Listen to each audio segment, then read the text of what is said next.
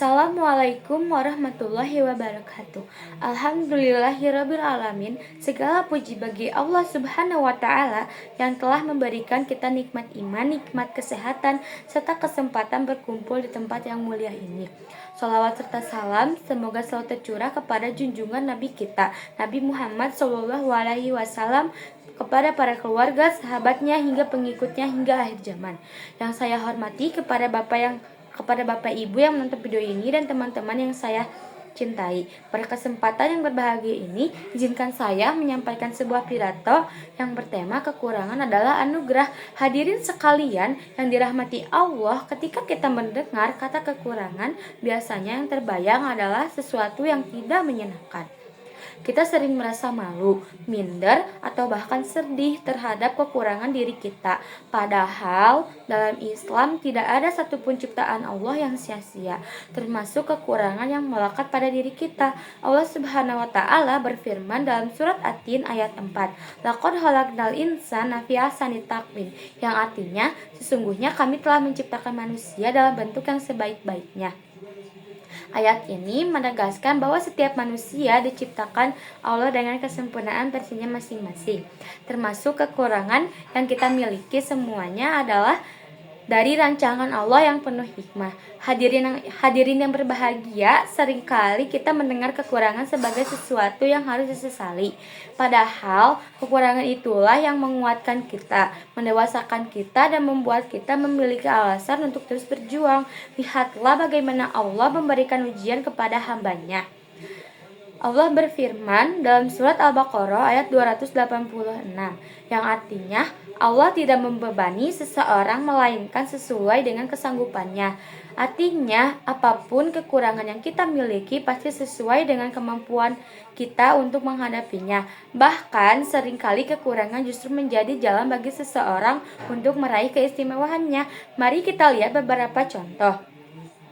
Pada suatu hari, ada orang yang sejak kecil memiliki kekurangan dalam fisiknya, tetapi dari situlah ia belajar kesabaran, keteguhan, dan rasa syukur yang mendalam.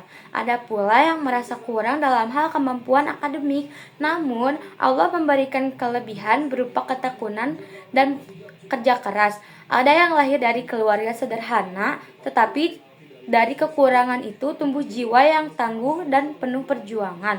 Banyak tokoh besar, baik di dunia maupun dalam sejarah Islam, berhasil bukan karena mereka sempurna, tetapi karena mereka menerima kekurangan sebagai anugerah, lalu menjadikannya kekuatan. Nabi Musa alaihissalam gagap dalam berbicara, tetapi Allah memilihnya sebagai pemimpin nabi yang besar. Nabi Ayub alaihissalam mengalami sakit yang berat, tetapi dari kekurangan fisik itulah lahir kesabaran luar biasa yang menjadikan teladan sepanjang masa. Nabi Muhammad SAW sendiri lahir sebagai yatim piatu. Namun justru dari kekurangan itulah Allah membentuk beliau menjadi manusia paling mulia. Hadirin yang dirahmati Allah, mengapa kekurangan disebut anugerah? Karena kekurangan mengajarkan kita bertawakal. Ketika kita merasa lemah, kita sadar bahwa kekuatan sejati berasal dari Allah Subhanahu wa taala. Karena kekurangan membuat kita tidak sombong. Jika manusia diciptakan sempurna tanpa kekurangan, mungkin mereka akan lupa sama diri mereka, karena kekurangan membuka pintu pahala, kesabaran, usaha, dan doa yang kita panjatkan. Karena kekurangan akan menjadi amal yang bernilai di sisi Allah. Karena kekurangan membuat kita berkembang, tanpa kekurangan tidak akan ada perjuangan, tanpa perjuangan tidak akan ada kemajuan. Maka kekurangan bukanlah aib dan bukan pula penghalang.